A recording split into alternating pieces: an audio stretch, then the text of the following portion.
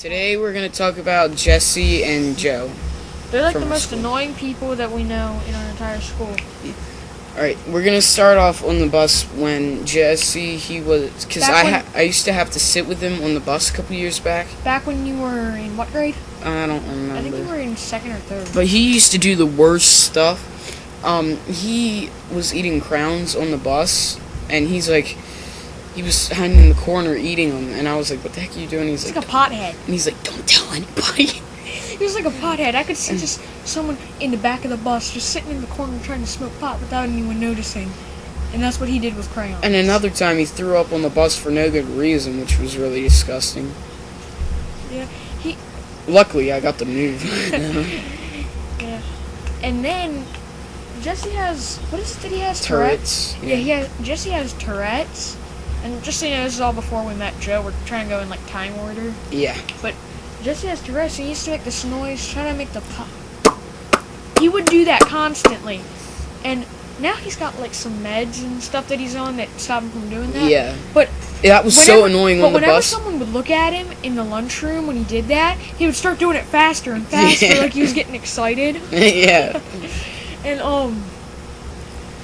he would also, and he would use the thing that he had Tourette's. He'd use that so he could do whatever he wanted. Yeah. Jordan, tell about how he used to have like fits on the playground because he. Yeah, he would play block ball, and if he got out, he would start making that, whatever you would call it, he would start making that noise. And screaming and shouting. Yeah, and he would just do that just so he could stay in, because people would come in, like teachers and stuff would come out if he kept doing that and take him out, and they didn't want to get in trouble for making him mad or something. And yeah, you go ahead. And then, because he did that repeatedly, there was nothing really special that he had done. Yeah. He just continuously did that. But then in, I think it was 6th grade. Yeah. In 6th grade, we met Joe Maxwell, like the biggest know-it-all in the world. Yeah, except he doesn't really know anything. Yeah, I know. I don't even know if he believes half the stuff he tells everyone. Yeah, I know. And he's like, a teacher will ask a question, and he'll go into like this huge, gigantic speech. It doesn't even make any sense. I know, and everyone's just trying to follow it. And it's not that he's smart, and that's why we can't, and we're not, and that's why we can't follow it. It's just he's coming up with all this nonsense. He's just making it up as he goes along. And then, sometimes... He has to say something about everything. And one time, this was hilarious. We were in gym class, and the gym teacher asked him a question. Yeah. The gym teacher asked someone a question, and they got it wrong, and Joe raises his hand, and he answers it for him. And then Joe, I guess, thought he must have been like a co-teacher or something. Yeah. Like a little teacher's pet for Mr. Little, the gym teacher. And he went up and he stood next to Mr. Little with his hands in his pockets and he's looking down at everyone. And he would look over at someone and he'd go, "No talking." I know, he looked at me and he's like, "No talking, Trent." It was so freaking weird. And he was like, I don't know which teacher it was, but he answered, I think it was Mrs. Marvon, but he answered a question for her. Like, he just answered out of the blue a question, and she started flipping out on him and stuff. She knew that he was making this stuff up. Yeah. And Miss Marvon doesn't take that kind of crap. I don't like, don't like Miss Marvon, but at least she doesn't take crap from people like Joe. Yeah. And she gets angry sometimes. She jokes around, like, you'll be in the hall talking, and she'll be like, "Hey, you gotta come to my class tomorrow morning for a yellow slip." And you come in, and, like, everybody knows that she doesn't really give yellow slips, but you get, like, the crap scared out of you. You're like, maybe she's really gonna give me a yellow slip this time. But, anyway, we gotta get back to Joe. Yeah. And Joe's still, like, he's still really annoying. Yeah, I know. And sometimes just to tick him off. And Actually, I got something else to say about Joe. I got Joe something spreads else. all kinds of rumors. Yeah. My friend Mike Smith, we're probably gonna make a video about him at some point, but he spread a big rumor about my friend Mike, that my friend Mike took an airsoft gun, which is really into airsoft guns, and held Joe's little brother down and shot him 3 times. Which isn't true.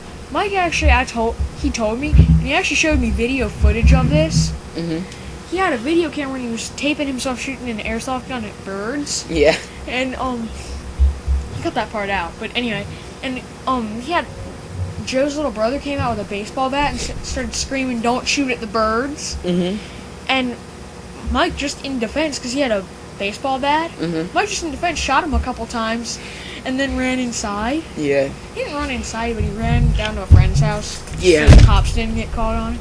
And Joe goes around telling everyone he held him down and shot him. And that's a bunch of bullcrap.